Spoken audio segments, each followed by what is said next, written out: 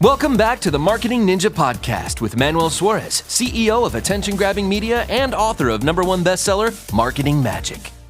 As you might have noticed, AI is quickly becoming a part of many businesses all over the world. But what is AI? AI stands for artificial intelligence. It's a technology that makes machines such as computers and robots think and act like humans. AI can even learn from data and improve its performance over time without being specifically programmed to do so. A few examples of AI you're probably already familiar with include voice assistants that can control smart devices. Raise your hand if you have an Alexa at home. That's artificial intelligence. Self-driving cars that can navigate roads. Tesla, raise your hand. All right. So this has been for a while, right? Chatbots that can answer questions. So we've covered what AI is, but what about AI isn't? AI is not a human being or a living thing. For example, what we're doing today, a lot of what we're diving into is called ChatGPT. It's a particular part of that uses artificial intelligence. It is called reactionary because it depends on human input to give you what you need. Right? It's like if you ask it stupid questions, you're going to get stupid answers. If you give it intelligent questions, you're going to get intelligent answers. As simple as that. So just like LeBron James can win championships and hundreds of millions of dollars, and I cannot do anything with that same basketball, the same thing with tools like ChatGPT. Some people are going to become very successful with it because they know what to ask and they know how to use it. And some people would just think it's a threat to society or complain about it or have trouble with it. So it really depends on the user of that particular tool. AI is not a replacement for creativity as it is designed to follow specific rules and algorithms. Any of you have heard the word generative when they talk about AI? Generative, okay? They use that. All these tools are generative machines. Why are they generative? Because they generate content based on inspiration or what you ask of it. That's all they do. This is not the iRobot, Will Smith scenario of robots taking over the world. This is something that is entirely dependent on your ability to input things into it so they can give you back what is going to help you get there faster. AI is not always accurate. It can make mistakes or produce biased results if the data is incomplete, inaccurate, or skewed. It's not only for large companies, AI. AI is not only for large companies, and in fact, many AI tools and services are now affordable and accessible to small businesses. We're going to talk about that more in detail.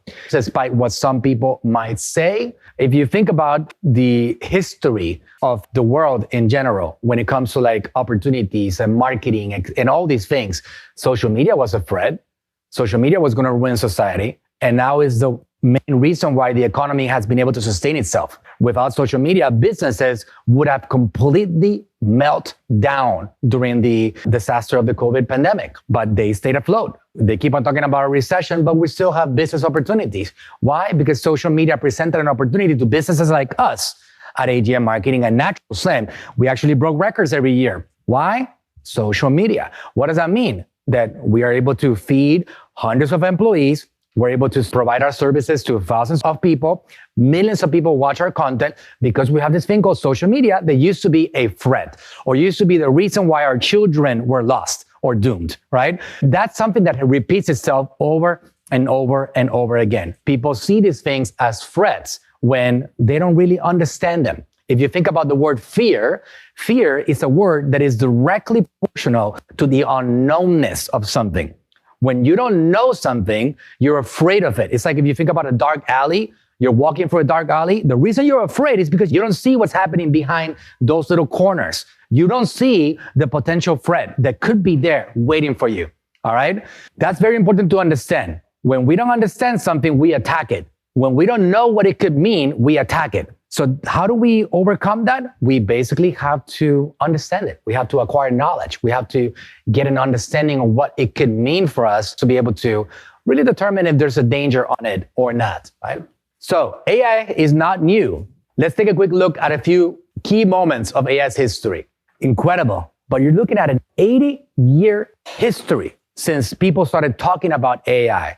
You can even talk about even earlier than that, artificial intelligence being talked about in science fiction for way longer than that. Two scientists, Warren McCulloch and Walter Pitts, wrote a paper about how the brain works, and they created a model, artificial neural networks. This helped researchers later develop computer programs that can learn like humans.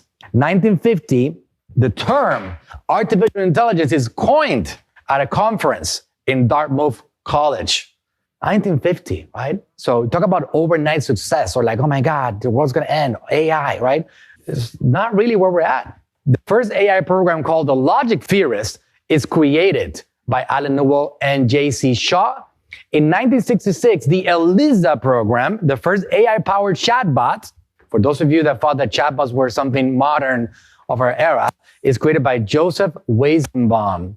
1997, IBM's Deep Blue. These are like crucial moments in the history of artificial intelligence. It defeats the world chess champion. Imagine that. The most like complicated sport or most intelligence-driven sport. Some people call it a sport, some people call it a game. Garry Kasparov in a 6-game match. So the guy over here is actually using the computer to determine the next move. That's all he's doing. And he beat the champion of the world, right? 2011, IBM's Watson computer. These are real moments in history. Wins the TV game show Jeopardy against 2 human champions. 2015, Google's AlphaGo program beats the world champion in the game of Go. And so on. 2020 is the start of this thing called OpenAI's. GPT-3 was what it all started. Natural language processing model is released, which is one of the largest and most powerful language models to date. All right, a language model. In fact, you're more familiar with AI than you might even realize.